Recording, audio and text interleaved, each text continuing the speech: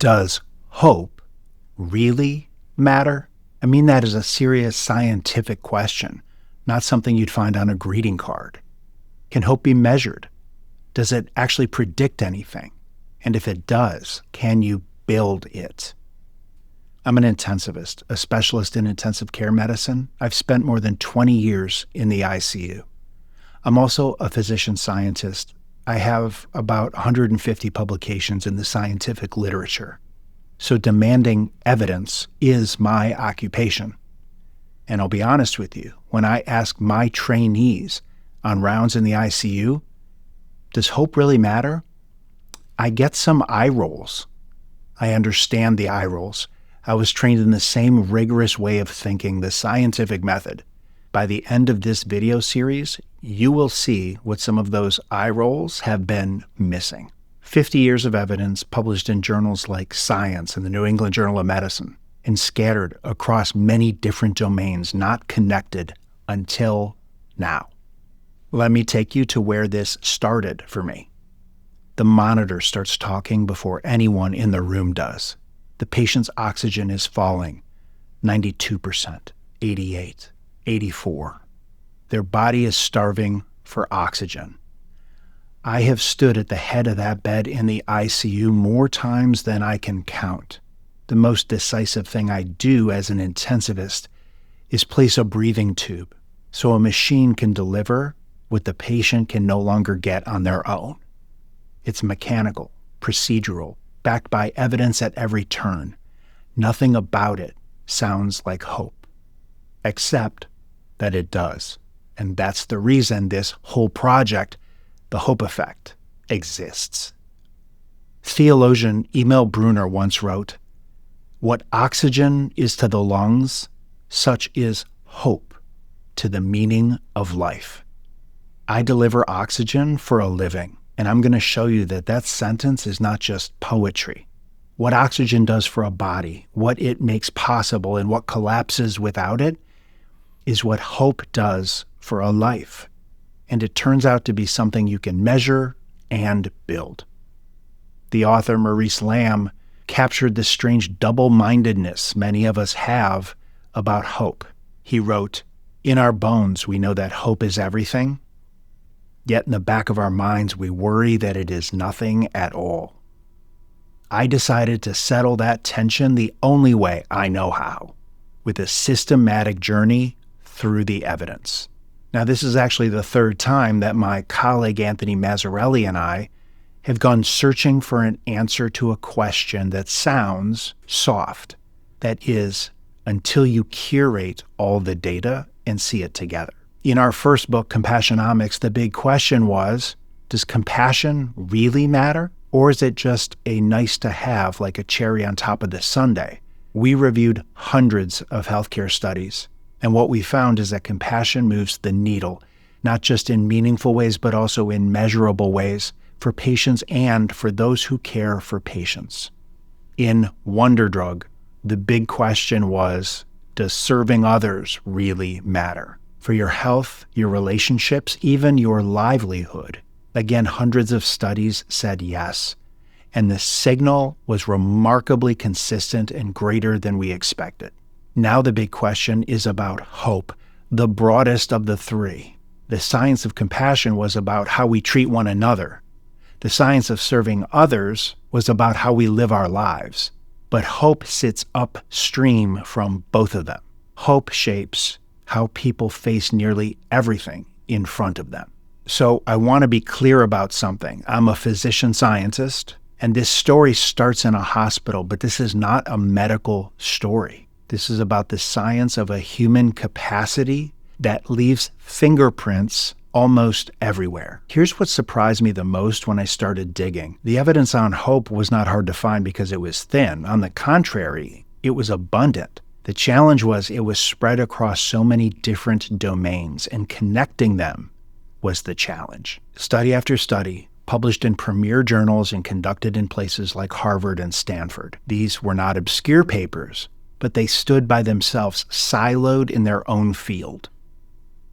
A cardiologist's finding never met an educational researcher's. A study of healthy aging never sat next to a study of the workplace. Some of this work is 50 years old and not even fully digitized. It lives in bound volumes in the basements of university libraries where the spines have not been cracked open in perhaps decades. No one had connected them. So that became the project, not to discover something new, but to assemble what already existed and ask what the full body of evidence says when you finally analyze it all together. One study on its own made ripples, but when we connected them, it made an unmistakable tidal wave of evidence that hope is powerful. We saw that same signal with striking consistency, hope tracking with better outcomes and hopelessness tracking with worse outcomes. In health and healing, where hope predicts physical recovery in ways that survive adjustment for confounding factors that every scientist would require. In aging, where your beliefs about your own future track with how you actually age. In the workplace, where hope behaves like a measurable performance and leadership variable, not just a poster in the break room. In education, where it predicts how students perform and persist. And in personal resilience, where it helps explain who rebuilds after the worst days of their life and who doesn't. Each one of these is getting its own video on this channel, and I'll put the actual studies on the screen. But when you step back and look at the pattern where the same variable keeps surfacing in cardiology and classrooms and boardrooms and recovery from setbacks, you're not looking at a quirk of one field. You're looking at something that is upstream of them all. Now, here's the part that convinced me that this work was not optional.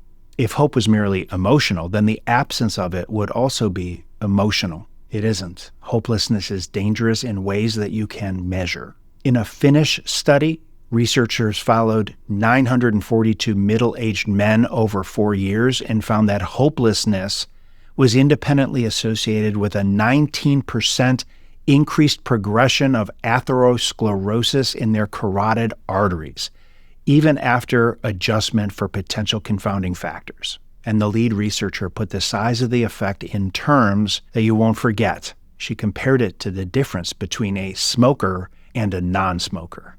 In cardiology, hopelessness has earned the label cardiotoxic, and that word is not just a metaphor. And this is not just confined to the sick. In the CDC's most recent youth survey, they found that 40% of American high school kids have persistent feelings of sadness or hopelessness. 40%, up double digits from just a decade earlier. Economists now track deaths of despair in a category all their own. A great many people, young and old, have quietly concluded two things: that the future will not be better than the present, and that they're powerless to change it. Hold on to that second part. The powerless part, it matters more than the first, and it points directly at the way back. Because the antidote to hopelessness is not comfort or distraction, it's hope itself. And hope, it turns out, is not what most people think it is. Most people hear the word hope and picture wishing, positive thinking, manifesting, the reassurance that everything will work out somehow. And that caricature of hope is exactly why so many people roll their eyes when they hear the word. They are right to roll their eyes at that, but that is not what the science points toward. The definition I work with, the researcher's definition of hope, comes from Chan Hellman and colleagues. He's one of the foremost researchers in the field, and he defines hope this way. Hope is the belief that the future will be better than the present, and that we play a vital role in making it so. Listen to that second half again. We play a vital role in making it so. The belief that things will improve, that alone is optimism. And optimism leaves your agency out of the picture entirely. You may wish for good weather, but you have nothing to do about the weather. So hope begins where optimism stops. Hope selects a goal.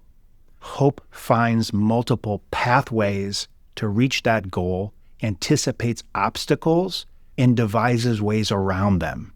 Hope leverages your willpower, your agency, to stay on the path.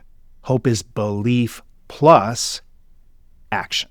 In this framework, hope is not something we wait for. Hope is something we do. And that distinction is why hope belongs in a scientific domain and not just on a greeting card. Hellman puts it plainly, hope is a cognitive process, a way of thinking. And if hope is a way of thinking, then it can be taught. It can be built. And that's why I opened this video with a story of being at the head of the bed for a patient in the ICU. Bruner's oxygen metaphor is more precise than he ever knew. By itself, oxygen cures nothing. It does not cure the pneumonia. It does not reverse the sepsis. It cannot repair the failing heart. But it sustains. It keeps a person alive long enough for everything else to matter, long enough for something to change, long enough for everything else to have a chance to work. Oxygen's not sufficient, but it is necessary. Hope works the same way. It guarantees nothing, but it sustains. And without it, the odds of a good outcome may collapse towards zero. One more honest admission, and then I'll tell you where this series is going. When I started, the big question of this video was, does hope really matter? That turned out to be the easy question.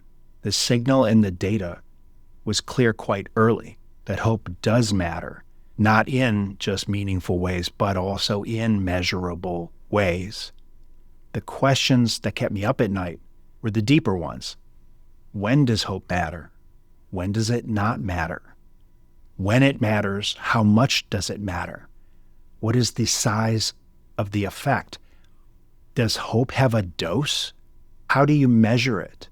And the one that changes everything, if the answer is yes, can you build it? These are the questions that this video series exists to answer.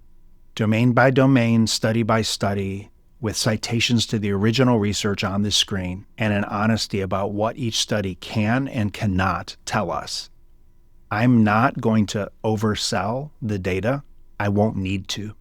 What you get on this channel is not what we think or what we believe. Rather, it's what we found in a journey through the published evidence. Each week, I'll lay out a case and the data behind it, and you can make up your own mind. If you want the full citations to the research papers and honest notes on each, you can find them in the Hope Effect newsletter on Substack. It's free, and the link is right below the video. Goethe said it in 7 words. Wishing is not enough.